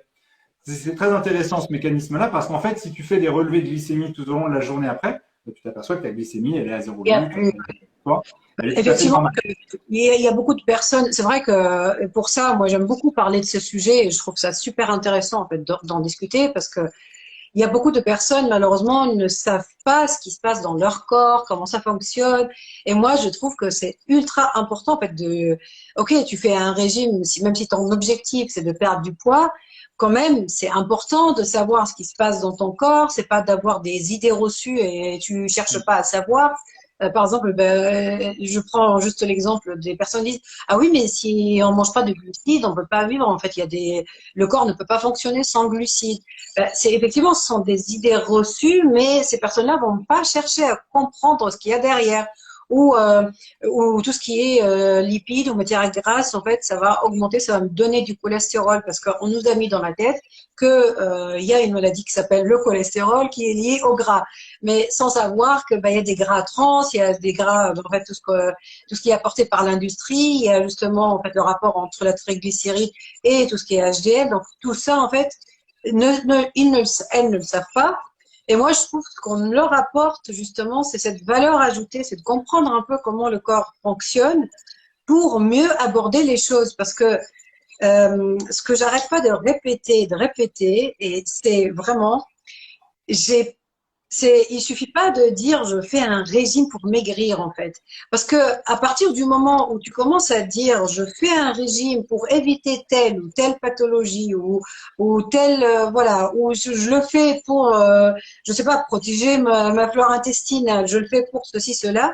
En fait, on apprend les choses vraiment différemment, plus sur le plan régime, restrictif, restriction alimentaire, je peux pas manger ça ou voilà, je sais pas si tu me rejoins là-dessus, mais je trouve qu'on a un Oui, rôle, parce que franchement, un peu militant pour ouvrir un peu les yeux de certaines personnes. Voilà. écoute, ouais, je te rejoins à 100%, tu le sais bien. Et le problème qu'on a aujourd'hui, c'est que on a été, euh, on a été un peu trompé par les études nutritionnelles, par les lobbies. J'inclus le lobby de la viande dedans, hein. Je veux dire, aujourd'hui, il n'y a pas de bon système nutritionnel, quel qu'il soit. L'élevage intensif est aussi catastrophique que la culture du Oui, soja, disons-le clairement. Et aujourd'hui, quand on me pose la question par rapport à l'aspect écologique du régime carnivore, j'ai plein d'arguments effectivement que je pourrais sortir. C'est pas le sujet du live de ce soir, mais il faut bien comprendre qu'un régime carnivore qui s'inspire enfin, qui utilise des produits animaux nobles, qui justement, respectent, important. voilà, vraiment, ça, j'insiste beaucoup là-dessus. Quand on utilise ce modèle alimentaire, ce que je ne préconise pas de prime abord, hein, encore une fois, comprenons-nous bien. Ce que je Bah, veux dire par là, heureusement, c'est que d'ailleurs, on dit, parce qu'en fait, la planète, il n'y aura pas assez de viande pour tout le monde. Heureusement que tout le monde ne fait pas non, de régime carnivore. non, non, évidemment, Et évidemment. je suis d'accord sur la qualité de la viande, toujours de la Oui. qualité, soit une viande nourrie à l'herbe ou soit une viande bio de préférence, parce que c'est très important, que ce soit déjà pour tout ce qui est toxines et pour tout ce qu'on peut trouver dans la viande d'élevage, et de deux aussi pour un souci environnemental. Absolument. Il faut bien comprendre une chose, et ça, c'est quand même, encore une fois, je me mets dans la position un peu rebelle, mais aujourd'hui, vous allez dans des régions en France ou ailleurs, hein, d'ailleurs, pas qu'en France, dans des campagnes françaises, ils ferment les petits abattoirs. Donc, toutes les personnes qui défendent un modèle d'agriculture respectueux de l'animal, du bien-être animal, j'entends par là, je pense par exemple au bœuf d'herbe et de Pierre Inard, qui pratique un modèle exemplaire d'élevage en rotation, qui endort ses bêtes avec un produit biologique avant de les mettre à l'abattoir qui est à 100 mètres. Enfin, ce sont ces gens-là qui se battent pour un modèle d'agriculture écologique, raisonnable, éthique, et qui, eux, n'ont plus la possibilité de les envoyer dans des abattoirs locaux parce qu'on ferme ces petits abattoirs. Et qui prend le relais là-dessus? C'est du Bigard, ce sont des gros abattoirs qui vont aller chercher les bœufs, les acheter à des prix cassés à ces éleveurs-là et qui vont les mettre ces bœufs dans des conditions absolument épouvantables pour les abattre. Et ça, par exemple, c'est quelque chose qui passe totalement inaperçu. Vous avez tous sans exception, à proximité de chez vous, des éleveurs qui galèrent, certes, mais qui proposent un modèle d'élevage écologique, c'est-à-dire en rotation, en utilisant la terre pour produire de bons végétaux derrière, de renouveler les sols grâce aux excréments des bœufs. Donc tout ça, c'est quelque chose, vous allez les voir, vous verrez, hein, ils font des câlins aux vaches, les mecs. Donc clairement, aujourd'hui, quand on me dit que ça n'est pas écologique, oui, effectivement, sur un modèle d'agriculture industrielle où C'est les pas bœufs ne voient jamais le soleil et souffrent le martyre, comme les porcs ou la volaille, hein, même chose. Ça, c'est indéfendable. C'est quelque chose, c'est terrible. On ne devrait même pas envisager un seul instant de manger cette viande-là. Donc, toutes les viandes à 5 euros le kilo dans les supermarchés, vous les jetez à la poubelle. Malheureusement, on ne peut pas le faire parce que ce serait débile, mais c'est quelque chose, il ne faut pas le consommer. Ne le consommez pas. C'est ça. Vous Malheureusement, tu consommez vois, des antibiotiques. moi je viens, moi parce que je suis musulmane, c'est vrai que la plupart des personnes et dans ma communauté, il y a beaucoup de musulmans qui posent la question si la viande est halal ou pas halal. Et souvent, la viande halal, moi ce que je dis, viande halal, ça veut pas dire, c'est pas un gage de qualité pour moi. Je sais pas si je suis dans un endroit où je trouve que de la viande halal à 5 euros le kilo, notamment le poulet, et une viande bio qui ne l'est pas, moi je vais préférer acheter une viande bio. Parce que pour moi, le halal, avant tout, c'est aussi la façon dont l'animal a été élevé, a été pas juste tué, mais comment il a été élevé en fait. Manger un poulet qui n'a jamais vu le jour et avec les ailes cassées toute sa vie, franchement, je ne peux pas. Et en plus, il est nourri avec quoi? Avec des OGM et compagnie. Et donc, je vais mettre ça dans mon corps. Bon, ça, c'est un autre débat. Euh, et tout ça pour dire privilégier la viande quand même, une bonne viande. Et je vais revenir sur l'intérêt de manger des abats. Parce qu'en fait, dans les abats, il y a beaucoup de vitamines. Et donc, c'est très important aussi de manger des abats et surtout dans le cadre du régime carnivore. Oui, oui, absolument. Alors, les abats, c'est quoi déjà? Parce qu'il faut comprendre que tu as différents niveaux dans la version carnivore simple, basique, qui inclut les abats. On parle souvent du foie. Alors, ne mangez pas de foie de veau, même si c'est délicieux. Les veaux doivent grandir sous leur mère. Je suis chiant avec ça. Moi, je Mais mange le poids de veau. normalement, si vous voulez, enfin, je considère, parce que j'adore ces animaux et que je vois un veau qui est sous la mer, effectivement, c'est compliqué. Mais vous avez du très bon foie de génisse, vous avez du foie de bœuf, vous pouvez aussi manger ça.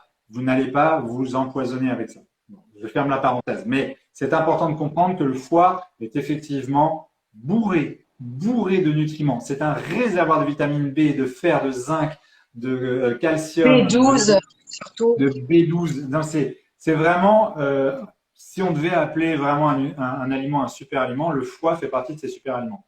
Alors, combien de fois? 3 fois par semaine, c'est largement suffisant en petite quantité.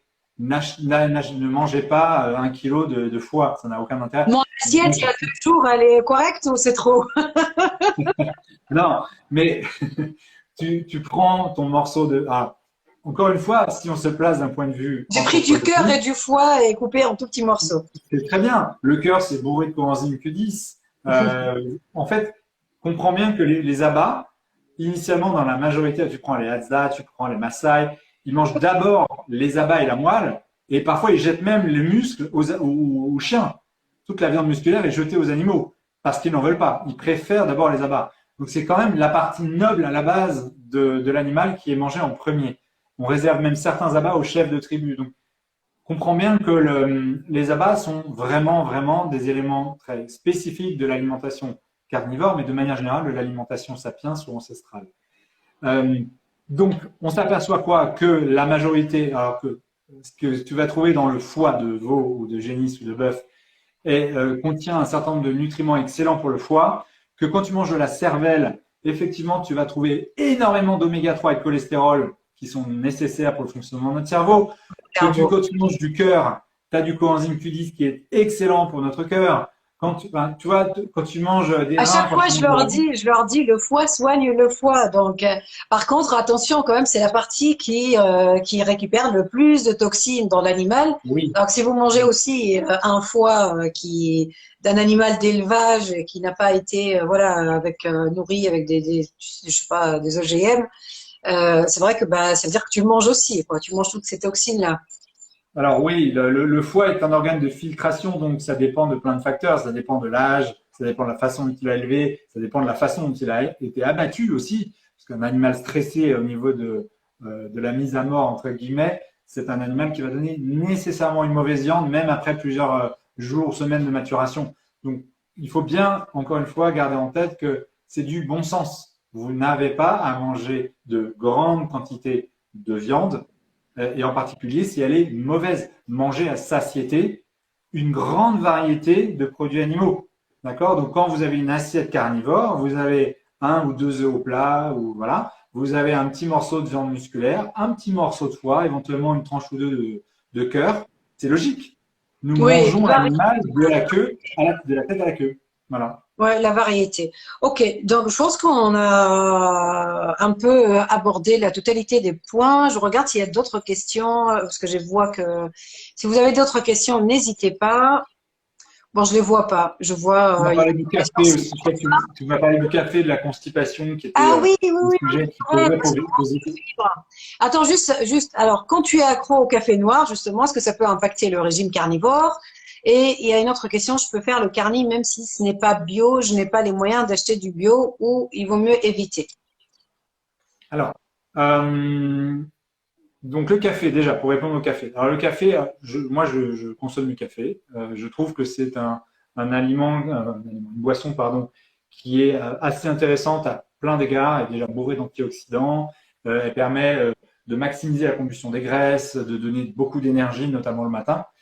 En revanche, elle a des, comment dire, ça peut poser des problèmes, notamment en raison de la présence de beaucoup de caféine, hein, on le sait, qui peut générer de l'anxiété, augmenter la tension chez les gens qui ont déjà de l'hypertension, pas chez les gens qui n'en ont pas, attention, empêcher de dormir. Donc voilà, encore une fois, la caféine ne crée pas l'hypertension. Je ferme la parenthèse. Ça n'augmente pas, ça ne crée pas de la tension chez les gens qui n'en ont pas à la base. L'hypertension, c'est de l'insulinorésistance. Oui, C'est pas du c'est sel, syndrome métabolique. c'est pas le café, c'est pas le sel. Ok. Ensuite, il y a d'autres choses à prendre en compte dans le café qui peuvent poser problème. C'est la présence de pesticides, d'accord. Donc, choisissez toujours un café Bio, biologique, oui. d'accord. Et après, il y a la présence de toxines issues du stockage du café. Donc, si vous prenez un café responsable, il faut faire attention qu'il soit ne vienne pas de trop loin, soit qu'il soit à circuit court. Donc, en fait, qu'il ne traîne pas dans les avions ou les bateaux pendant des mois et des mois avant d'être mis sur le marché. Et dernière chose, toujours privilégier une torréfaction lente. Parce que la torréfaction élevée, rapide et à température élevée, crée beaucoup d'acrylamide, qui est très, très, très Et ça, délétère on pour peut notre le organisme. voir comment, la torréfaction, donc sur le paquet de café, on peut pas le savoir. Si normalement c'est marqué, alors tu en as une qui s'appelle, en France en tout cas, tu en as une qui s'appelle Naturella, je crois, un truc comme ça, qui met en gros, hein, ils sont à Bordeaux, je crois, ils font une torréfaction lente à Bordeaux, c'est marqué en gros. Normalement, ils le marquent parce que c'est un avantage produit, hein, c'est une Ok. plus-value produit. Veillez à ça. Quand c'est marqué, c'est vraiment intéressant parce qu'on est à une température basse et la torréfaction est moins intensive. Donc, moins de réaction de Maillard et moins d'acrylamide. Et du coup, combien de café par jour pour ne pas, justement, pour avoir que les avantages du café et pas le reste? Parce qu'il y a aussi Alors, un certain moment, il faut pas dépasser, ça sert à rien de dépasser, par exemple, deux ou trois cafés, il y a plus de bons effets. les études sont très variables là-dessus. Dans le régime carnivore, certains utilisent le café, d'autres non. La plupart des personnes qui l'utilisent en plus du régime carnivore l'utilisent avant leur séance d'entraînement. Ce que je peux dire, c'est que ça dépend aussi si tu es un hyper-respondeur à la caféine. En gros, un café, si ça te suffit pour avoir l'énergie toute la journée, n'en prends pas plus. Ça risque de ne pas t'apporter plus d'intérêt d'en prendre 3, 4, 5 dans la journée. En revanche, si tu es très accro à la caféine et que tu en prends tout au long de la journée, quand tu te lances dans un régime carnivore, il faut bien comprendre que tu vas devoir boire plus. Or, le café est un diurétique. Donc, si tu veux minimiser la déshydratation associée à la fois au régime carnivore et à une grande consommation de café, je t'invite à diminuer la quantité de café et à boire plus d'eau. Voilà. Parce que moi, dans ce que j'ai lu, on dit, il y a justement, il disait que bah, pour le régime carnivore, le thé et le café est à éviter. Alors, je mets pas, excuse-moi, justement, à force de parler d'eau, j'ai soif. Ouais, moi aussi. Je mets pas sur le même niveau le thé et le café. Alors, encore une fois, les études, les bonnes études, hein, je parle toujours que de bonnes études, sont assez partagées sur le sujet. Le café et le thé ont des antioxydants, sont packagés avec un nombre incalculable de bienfaits. Maintenant, il faut comprendre que le thé, ce sont des feuilles. Les feuilles contiennent des antinutriments. Certains thés, par exemple, contiennent de très grandes quantités d'oxalates. Oxalates qui peuvent générer des calculs rénaux à terme. Mais surtout, ces antinutriments inhibent l'absorption d'un grand nombre d'autres nutriments. D'autres nutriments, oui, dans les Comme les protéines fer, par notamment. exemple. Ouais. Voilà. Donc, en fait, si tu veux, quand tu consommes du thé avec de la viande, eh bien, tu vas tout simplement diminuer, absorber le fer, absorber le zinc, absorber le magnésium, qui va finir dans les toilettes. Donc, le thé n'est pas forcément ton ami dans ce cas. Tous les efforts que tu fais en mangeant, enfin, tous les bienfaits que tu es censé apporter avec cette alimentation, eh bien, tombent dans les toilettes à J'ai envie cause de la présence de thé. pareil aussi alors, parce que ce sont des feuilles dans ce cas-là. De quoi j'ai pas compris, excuse-moi. Les tisanes, les herbes. Oui, pareil. Alors, le café est une graine et contient aussi des antinutriments. Donc, c'est pour ça que quand je dis le café, idéalement, prendre un café le matin pendant qu'on jeûne, par exemple, avant le repas du midi, ça ne posera pas de problème. Mais effectivement, les tisanes, le thé, quand c'est pris en même temps que le repas, ou juste après le repas, inhibent l'absorption de certains nutriments. Donc, tu as des tisanes qui vont être particulièrement bénéfiques, comme l'hibiscus, par exemple, ou la camomille. Alors, la camomille n'est pas vraiment délétère, mais tu vas avoir comment dire, une inhibition de ces nutriments de par la présence de certaines molécules présentes dans les tisanes, dans des quantités moindres que dans les légumes, par exemple, mais quand même. Donc, il faut comprendre, et c'est comme ça que j'invite les gens à analyser la présence des légumes et des plantes, que la plupart des plantes ont des vertus médicinales, d'accord, notamment les fleurs et les plantes sauvages. Ces vertus médicinales sont efficaces, elles entraînent une réaction hormétique de notre part, mais souvent ont des effets secondaires. Et c'est exactement la même chose qui se produit dans les molécules qui sont issues de ces plantes dans un milieu pharmacologique ou pharmaceutique. On s'aperçoit que les effets secondaires sont souvent nombreux quand on prend ces médicaments en grande quantité. Tu vois? Ok. Donc voilà, donc le thé, oui, Dur. mais Avec toutes les informations, on sait pas ce qu'on doit prendre en compte.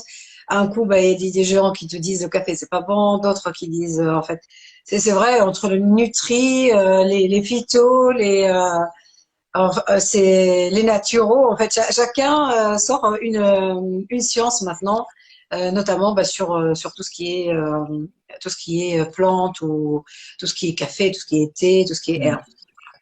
Ok. oui, ouais, je suis J'avais d'accord. j'avais une autre question aussi pour les personnes qui ont de l'acide urique. Est-ce que c'est déconseillé ou pas? Alors, l'acide urique, déjà, il faut comprendre juste l'acide urique, qu'est-ce que ça entraîne? Parce que l'acide urique, ça ne veut pas dire grand-chose, mais ça entraîne effectivement la prévalence d'une maladie qu'on appelle la goutte. D'accord? La goutte, c'est quoi? C'est une inflammation qui est très localisée, souvent sur une articulation. Alors, c'est souvent le gros doigt de pied. D'accord? Et cette articulation devient douloureuse, rouge, gonflée, hypersensible, tu vois, et chaude. Donc sensible à la pression et très chaude. Et en fait, quand elle devient chronique, eh ben, déjà c'est très très très douloureux. Hein. Ceux qui en ont souffert savent exactement de quoi il s'agit. Et puis ça peut déformer les articulations, voilà, à long terme, voire de façon irrémédiable. Donc euh, pourquoi ça apparaît souvent la nuit ou le matin très tôt? Pourquoi est-ce qu'on a une apparition de la crise de goutte? Parce qu'on a une augmentation de l'acide urique. Pourquoi on a une augmentation de l'acide urique? Parce qu'on n'a pas, c'est pas lié à une surproduction de l'acide urique, c'est lié à des difficultés d'excrétion de l'acide urique. D'accord? Il Donc faut du comprendre foie. que, alors c'est des intestins et des reins principalement. D'accord? Il faut comprendre que l'acide urique, quand il est bien excrété, il n'y a pas de souci. Okay? Tes reins fonctionnent, ça excrète l'acide urique, ça se stabilise. Okay? Pareil pour les intestins. S'ils ne sont pas inflammés, si tu n'as pas une porosité intestinale trop élevée, ça passe super. Par contre, si ça reste trop longtemps dans le sang, ça crée de l'urate, ça crée des cristaux d'urate. D'accord? Et les cristaux d'urate vont aller se déposer dans les articulations pour effectivement créer ces crises de goutte. D'accord? Donc il faut, quand tu mesures tes niveaux d'acide urique, il ne faut surtout pas que la concentration dans le sang de l'acide urique dépasse les 70 mg par litre. C'est le référentiel, d'accord? Ok. 70 mg par litre. Quand tu dépasses ces taux d'acide urique, bon, normalement, on sait tous que les valeurs des laboratoires sont variables et sont basées sur une alimentation et sur des gens qui n'ont pas une alimentation spécifique comme le régime carnivore. Hein. Donc, attention aux variables des labos, mais globalement, au-delà de 70 mg par litre, on augmente le risque, la prévalence de la goutte. Donc, goutte, ça vient souvent, on en parle assez souvent, de la dégradation des purines. Les purines, on en trouve effectivement beaucoup dans les viandes et les produits de la mer. Sauf qu'on oublie qu'il y en a énormément dans les produits végétaux également. Dans les pois, dans les épinards, dans certaines légumineuses, on trouve également comment dire, beaucoup d'acide urique. Enfin, pardon, pas d'acide urique, Ok. de purine, excuse-moi. Et ces purines, quand elles sont dégradées, effectivement, on va se retrouver avec une inflammation qui va potentiellement générer des crises de gouttes. Mais le problème, comme je disais, c'est pas la surproduction d'acide urique qui pose problème dans ce cas-là, c'est l'excrétion. Ok. Alors, il faut plus s'interroger sur pourquoi on a des problèmes d'excrétion plutôt que pourquoi on en produit. Tu prends des régimes alimentaires carnivores utilisés par les Inuits n'ont aucune prévalence de crise de gouttes par rapport au reste du monde. Et ça n'est pas génétique, encore une fois. C'est qu'ils excrètent ces purines de façon normale par l'intermédiaire de leurs reins et de leurs intestins.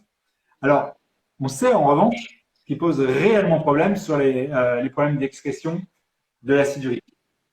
Typiquement, c'est l'hyperinsulinémie. Donc, une insuline trop élevée, c'est l'assurance qu'on devient insulino-résistant.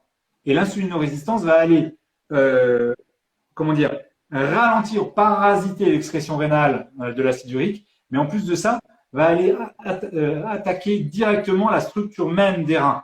Donc, en attaquant ça, les reins n'arrivent plus à produire À produire à correctement. assurer leur rôle correctement. Ok. Ensuite, on sait que le fructose, alors principalement sous la forme de sirop de fructose et de sirop de glucose, sont les principaux responsables de l'augmentation de l'acide urique et surtout des problèmes d'excrétion de l'acide urique. D'accord. Donc le fructose. C'est marrant parce qu'en fait, les personnes croient tout de suite protéines, augmentation d'acide urique. Et Non. pas fructose, c'est un peu comme le cholestérol. C'est pas les glucides, mais c'est tout de suite la faute des gras. Là, c'est la faute des protéines. Ok. Oui, Donc mais c'est même le n'importe quoi. fructose, en fait. Ok. L'augmentation de l'acide urique au-delà de 70 mg par litre, c'est un symptôme du syndrome métabolique. C'est un Ok. syndrome de l'insulinorésistance. Donc quand tu as des crises de gouttes, tu es probablement insulinorésistant. Ok. C'est classique. D'autres Alors, on choses. parle, sans parler de crise de goutte, on dit, Oui. mais si, voilà, dans tes analyses sanguines, tu vois que tu as un acide urique, la présence d'acide urique un peu élevée par rapport à ce qu'ils appellent normal, en fait, mais Mm. sans pour autant que tu aies des crises ou de quoi que ce soit. Mm. Est-ce que, voilà, est-ce que c'est inquiétant en sachant que toi, effectivement, tu sais que tu manges un peu plus de protéines parce que dans un régime céto ou carnivore. Non, ça n'est absolument pas problématique. Parce qu'en Ok. fait, ton corps s'adapte. Ton corps s'adapte. C'est normal que tu aies, comment dire,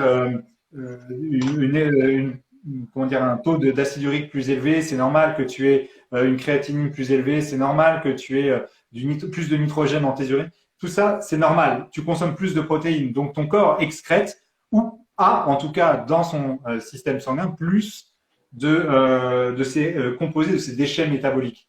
Ce qu'il faut bien comprendre, c'est que ça n'est pas immédiat. C'est-à-dire qu'au moment où tu fais ces tests, effectivement, si tu as des valeurs qui sont supérieures aux moyennes, c'est peut-être que ton corps est en train de s'adapter. Il faut lui laisser le temps. D'accord. Exactement.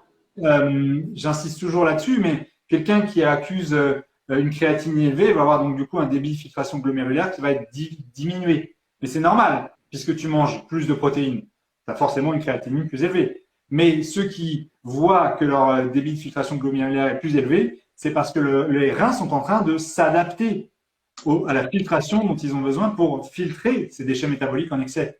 C'est une bonne adaptation. Et d'ailleurs, la plupart des gens qui ont des créatinines élevées vont s'apercevoir, s'ils ne sont pas insulino-résistants, qu'ils excrètent beaucoup plus, ils font les tests dans leurs urines et qui sont au-delà des valeurs normalement dans les labos. Donc ça veut dire que globalement, si tu as un taux d'acide urique élevé dans le cadre d'un régime carnivore, c'est normal.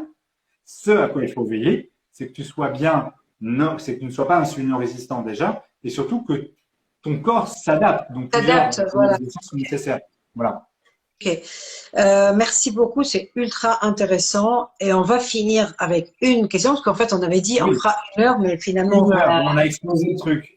exploser, parce que c'est ultra intéressant. Il y a tellement de choses finalement qu'on peut apprendre. Par rapport, justement, déjà, tout changement de mode alimentaire peut entraîner un ralentissement dans le transit. Et là, le carnivore, vu qu'il y a vraiment peu de fibres, ça peut aussi causer des problèmes de transit ou pas, et comment les personnes peuvent, celles qui le suivent notamment, comment elles peuvent contourner ça. Alors, encore une fois, sur la partie constipation ou problème de transit, toute modification de ton régime alimentaire va inévitablement entraîner une modification du transit, de toute façon, Oui. en bien ou en mal. Ça, c'est inévitable. Quand on passe à un régime carnivore, la première chose qu'on entend, c'est effectivement, oh là là, il n'y a plus de fibres, mon Dieu, je vais être bloqué. Sauf que la science commence un petit peu à avancer là-dessus, et on s'aperçoit d'étude en étude que le mythe des fibres qui permettent d'améliorer le transit, eh ben, il commence à prendre un peu l'eau. Donc en fait, on s'aperçoit que la plupart des gens qui suivent le régime carnivore depuis plusieurs années n'ont aucun problème de transit. Ce qui est important de comprendre, c'est que nos selles, pour parler de ce qui est le sujet, est composé à 75% d'eau et de 25% de matière solide. Déjà, comprenons bien. Dans ces matières solides, tu as 30% de bactéries à peu près, tu as 30% de matières non digestibles qui sont issues souvent des plantes, comme la cellulose, tu as 10 à 20% à peu près de cholestérol, de graisses différents, d'accord. Tu as 20% de matière organique comme le fer, le cuivre ou d'autres oligo-éléments ou minéraux, et tu vas avoir 2-3% de protéines. Tu vas me dire, oui, mais alors attends, les protéines, elles font quoi? En fait, elles sont dégradées pour être absorbées. Donc, déjà, c'est un bon indicateur. Ça nous montre que les protéines, on est fait pour les absorber. Alors que les 30%, 20 ou 30% de produits inorganiques comme la cellulose ou les fibres, ils sont pas métabolisés. Ils ne sont pas bien absorbés. D'accord? Donc, déjà, c'est important de comprendre ça. Donc, si, dans le cadre de votre changement de régime alimentaire, vous vous heurtez à de la constipation ou des problèmes de transit, la première des choses, c'est pas d'augmenter la quantité de fibres qui, paradoxalement, risque d'augmenter la quantité de gaz et de ballonnement et de ralentir votre transit.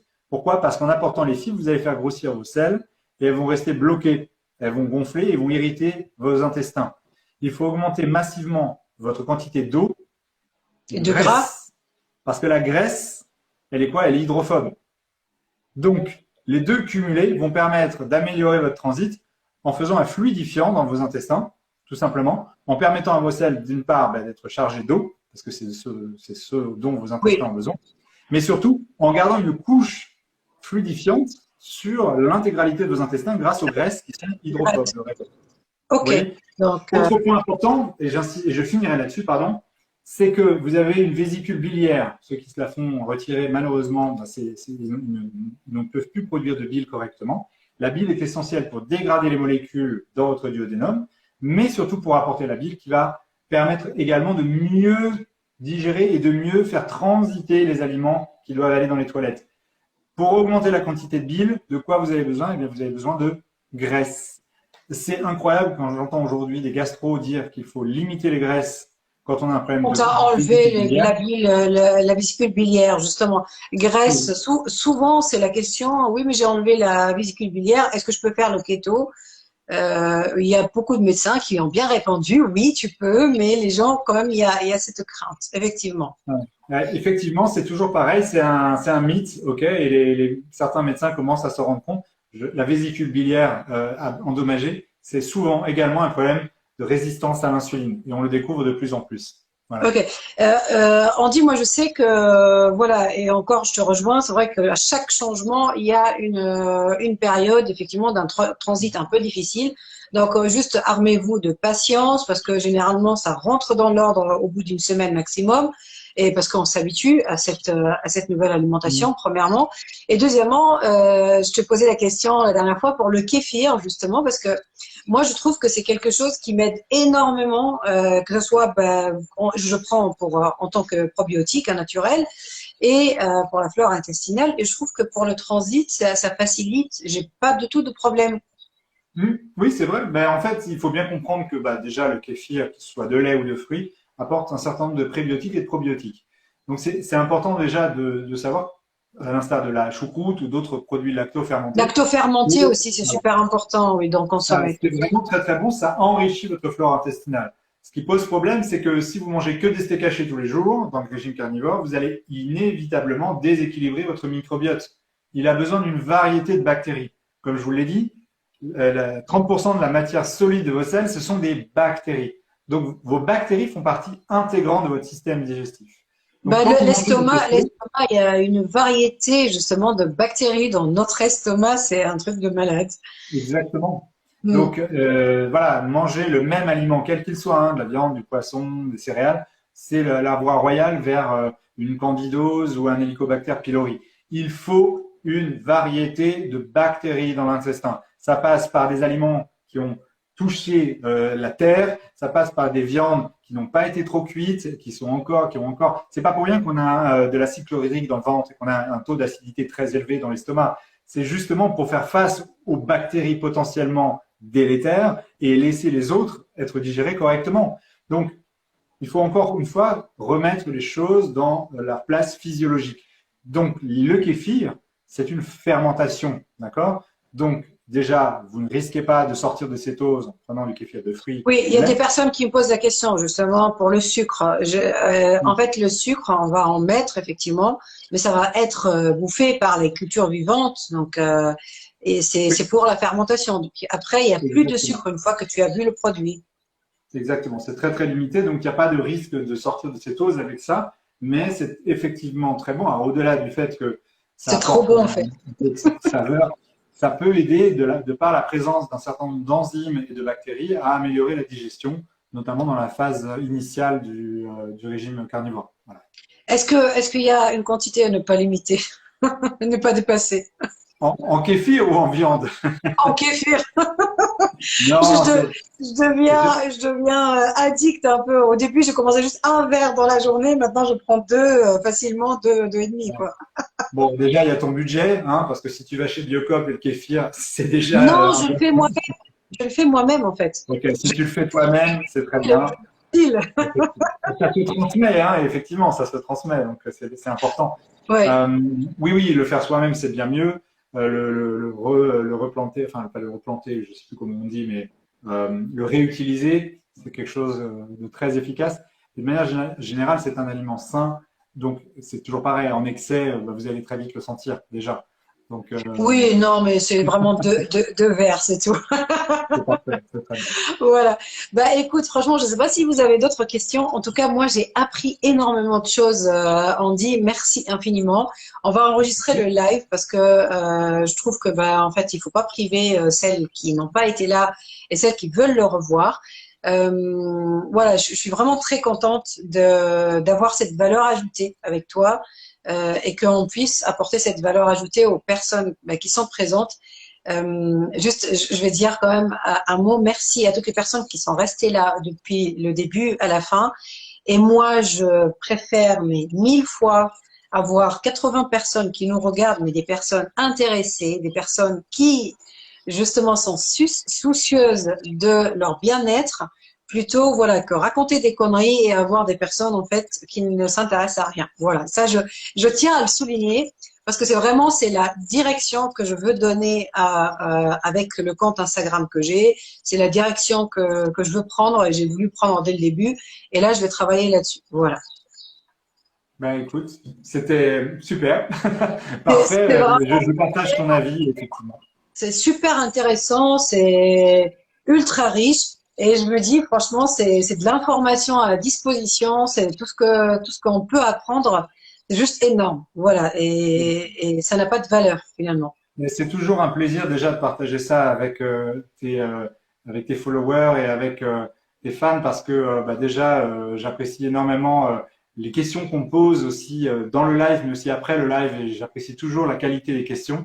Je trouve aussi qu'il y a une vraie humanité aussi dans la relation que tu entretiens avec toutes ces personnes. Donc je vous remercie personnellement bah, de la fidélité que vous accordez à Imen parce que ça me permet aussi de vous retrouver et de partager différents lives sur bah, le jeûne, le céto, le carni. On en fera d'autres, Andy. Hein. Oui, franchement, on en fera d'autres parce qu'il y a tellement de sujets. Et là, ça fait un moment que j'ai pas pu faire de live à cause de mon téléphone, mais là, on fera. J'ai plein de sujets que j'aimerais bien justement aborder. Et merci pour ta confiance, vraiment. Merci à vous. Merci à toi, Imen, surtout. Merci beaucoup, Andy. Bonne soirée et merci pour ta disponibilité et pour voilà. Donc, j'espère te revoir bientôt dans un live et vous revoir aussi vous. Si vous avez aimé ce live, n'hésitez pas à partager, s'il vous plaît. Voilà, partagez. Je vais l'enregistrer, partager. Vous pouvez voilà identifier Andy, vous pouvez m'identifier. Comme ça, c'est ensemble justement, on essaye d'augmenter un peu cette conscience collective.